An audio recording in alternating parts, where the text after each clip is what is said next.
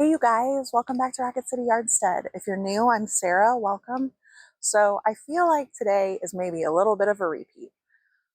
We're preparing for another tropical system to come through in the next couple of days. This time it's going to be to the east of us, so we'll be on the west side. So we shouldn't be in an area where it's going to be too bad, but we are looking at more wind gusts and a couple of inches of rain. And so there are a few things I want to get taken care of.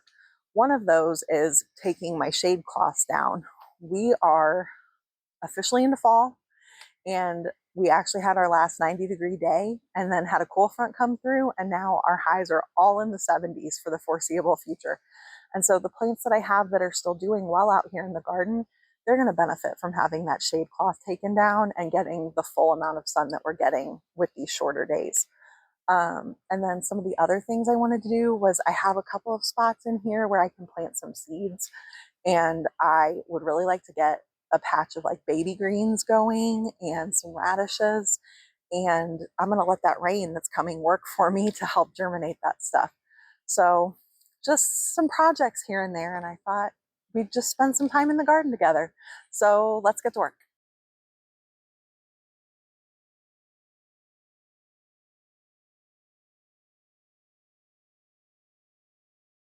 You guys, I'm taking the shade cloths down.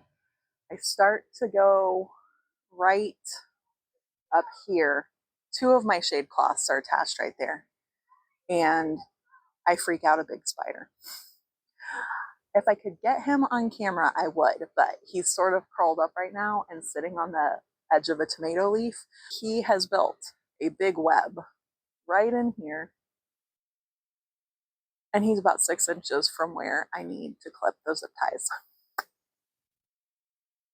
I might have to move on to a different shade cloth and decide in a few minutes if I'm brave enough to deal with him.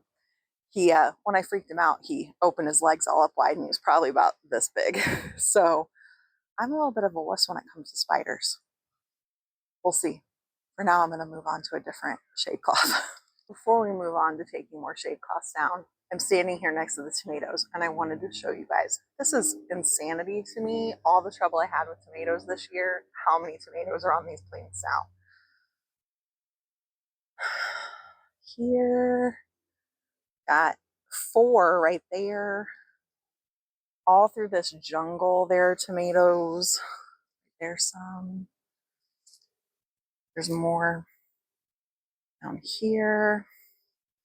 They're just everywhere. There's a nice cluster of them. Just exactly what I expected to see earlier in the year. But now it's, you know, almost the end of what month is it? The end of September.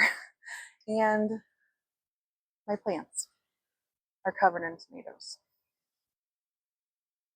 Beggars can't be choosers though, right? So I'm going to have lots of tomatoes to bring in at the frost.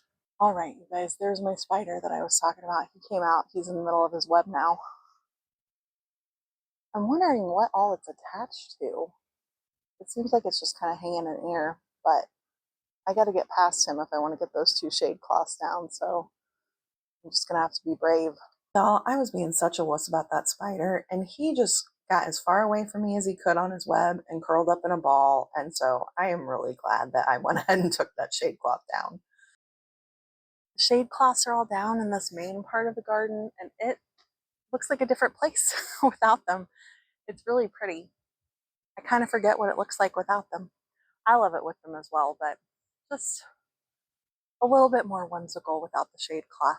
So there's a couple things I wanted to show you guys, and then I'm going to get to planting. Right here in between 2 cattle panels, I have this wild and wonderful sun gold cherry tomato. It's given me tons of tomatoes all summer. Still putting on. These are quite small still, but still producing. But here amongst this cherry tomato has grown a volunteer pole bean. And I am loving it. It's covered in flowers and baby beans. Let's see, where are they? Right here, you can see flowers and baby beans. And last night I came out and picked about half a gallon of green beans off of this one plant. And in the process of removing the shade cloths, I found more volunteer beans. Here's a baby bean right here. And I don't know how I missed these guys, but look, these are rattlesnake pole beans. They are the gift that keeps on giving. The rattlesnake pole beans in this area are kind of the gift that keeps on giving. I haven't planted rattlesnake pole beans here in probably 3 or 4 years. I think I planted beans here the first year, and then every year they've just volunteered after that. So it's kind of nice. I actually didn't have any green beans in my main garden planted this year because I planted drying beans. And so the volunteers have been really nice, but never underestimate a volunteer. They're normally some of the healthiest plants I have and the most productive. And like that green bean plant that I picked off of yesterday, I mean, half a gallon of green beans from one pole bean plant is amazing. So don't underestimate your volunteers. If you can leave them, I would. Or if there's something that you can dig up and move, that's a good idea too. Do you guys happen to know what kind of bee this is? Let's see, he keeps moving on me. I think they're just lovely. They come out this time of year and they're just everywhere in my garden. They're fuzzy looking, so I don't know if they're bumblebees or a carpenter bee or what, but they're just prolific. And I would just like to know what they are. And just because I can't help myself, more tomatoes. They're just everywhere now. All over the place. They've taken over cow panels they weren't supposed to be on. Very excited about all the tomatoes. I'm sitting here next to my tomato plants. If you remember a month ago, maybe, I came out here and did a massive weeding under my tomato plants. And so it's still looking really good. And I thought this might be a good place to try and plant some of my lettuce seeds. There's a lot of surface area here, and the tomatoes only have about a month and a half maybe left, maybe less, estimated frost is just that, it's estimated. And so my thoughts here, and you guys can tell me what you think about this because I honestly am just giving this a whirl. I really don't know. Is that last year we got a hard frost for our first frost. We went from 80 on a Sunday to Wednesday was 25 degrees in the morning. And there was just no time to acclimate the plants to the cold. But I had this thought in my head that number one, I could put frost fabric over the top of any lettuces or anything that I have growing if I need to.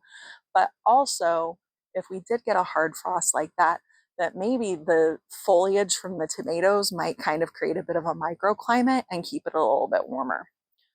I really don't know.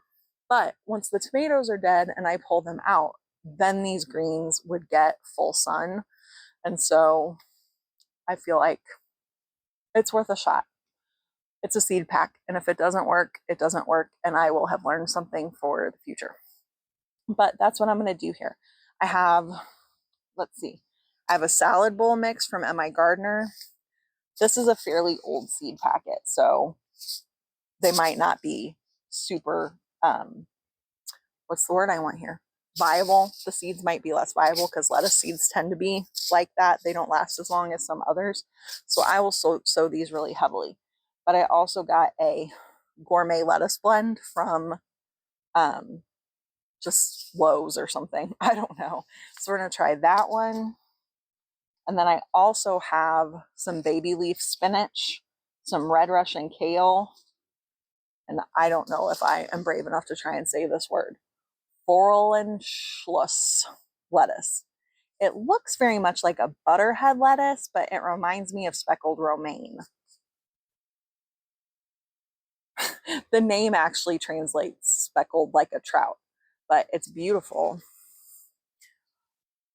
and I'm a sucker for pretty lettuces. So these are the things I'm planning on planting lettuce wise. It's like my salad bar, right? So I'm gonna plant a good chunk of this area under the tomatoes. This is about 24 feet that I can plant things. And so I'll do a good chunk of it in lettuce, and then we'll switch to radishes. I don't remember what else is in my pocket, but we'll take a look. Everybody's got their own method for planting. I am literally, when it comes to lettuce, just going to sprinkle these seeds quite heavily. Probably use the whole seed pack because I do want this to be baby greens. And then just sort of gently run my hands over the soil because lettuce actually requires light to germinate. And so we don't want it buried deeply. So I don't know if you guys remember that along here where my tomatoes are, I did have lettuce and kale and spinach planted in the spring. And when I went and pulled my kales out, I thought I pulled all of their root systems out as well, but maybe very appropriately given that I'm planting this kind of stuff. Look,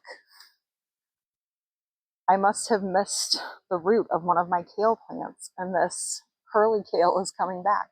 So that's actually fantastic. It gives me a little bit of a head start. So these spinach seeds, they're quite a bit bigger than a lettuce seed, and they get planted about 1/2 inch deep. So I am just going to use my finger and poke them in. And I'm going to try and hurry because out of the blue here, I have been swarmed by mosquitoes. And now that I pay attention, I've got welts all over my legs. That's not ideal. But we're just going to get these planted. They say to space them about 2 inches apart, and then they tell you to come back and thin them. I don't mind if they're planted quite closely together because just like with the lettuces, we're going for baby greens here. Full-size head lettuce, I don't think really has time to grow this time of year.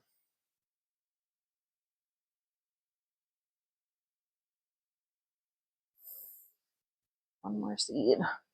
We need to go to the store and get some more of that. That's my favorite variety of spinach. So the next thing I want to plant is some radishes. I have an early scarlet globe radish and a giant radish, a giant crimson radish. And so for these, I like to just use my finger and make a little bit of a trench.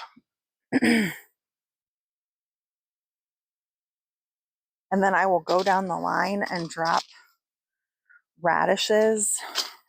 I'll drop radish seeds every 1/2 inch or so. And then we'll just cover them back up. These get planted about 1/2 inch deep too. Go away, mosquito. We have been in a drought, have not had much rain except for the tropical systems we've had. And my mosquito pressure has been much lower. But I clearly need to start wearing my little wristbands again. Buggy bands, I think they're called, but they help tremendously. They have essential oils on them. And I notice a massive difference in how much I get bit by mosquitoes when I use those. So I think this basil plant is gigantic, but I'm going to scoot it back some and make myself another row for more radishes. And the basil is sort of the same thing as the tomatoes. They're going to die back when it gets cold, but the radishes should be able to withstand some frost. So then they'll get plenty of sunlight. Do any of you grow things purely for enjoyment, even though technically they're a food item? I love pineapple sage. I don't actually eat it. I'm trying to remember if I've ever actually put it in anything, but I love to pick leaves off of it and smell it because it really does smell like pineapple if you've never grown any. But the other thing is that when you get into the fall, and I looked this up one time, it is in the fall. The shortening of the days is what spurs it to make flowers. It starts putting on flowers, and they are just the most magical. They're just the most magical red tubular flowers. And in a week or so, this whole bush is just going to be covered in red flowers. Those really big bees that I was showing you earlier, they love it. And so I just grow it so I can smell the pineapple smell and see the red flowers, but it always gets a spot in my garden. So the last thing I wanted to plant in my garden today is some carrots. It is kind of late for this, but I got a 55-day carrot, and carrots are really frost hardy. And unless we get a really freak cold like we did a couple of years ago, they should make it through the winter.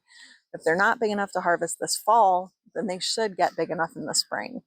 And so these are called a Mesalunga nantes carrot.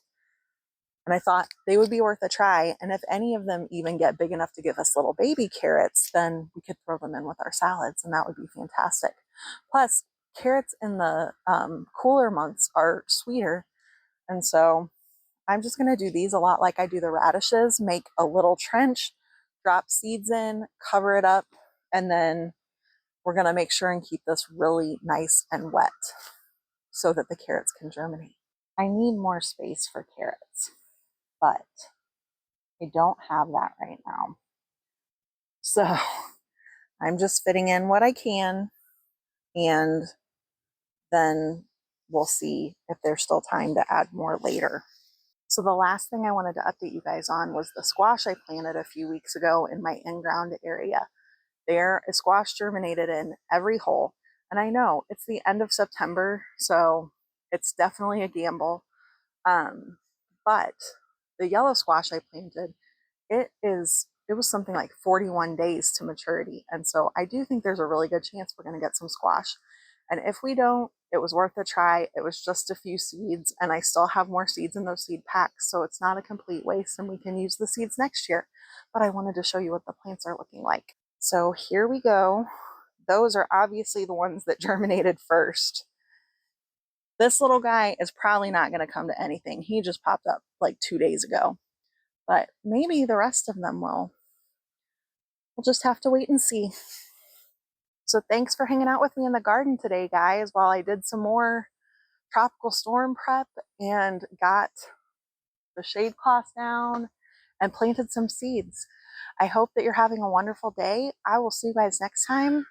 Bye.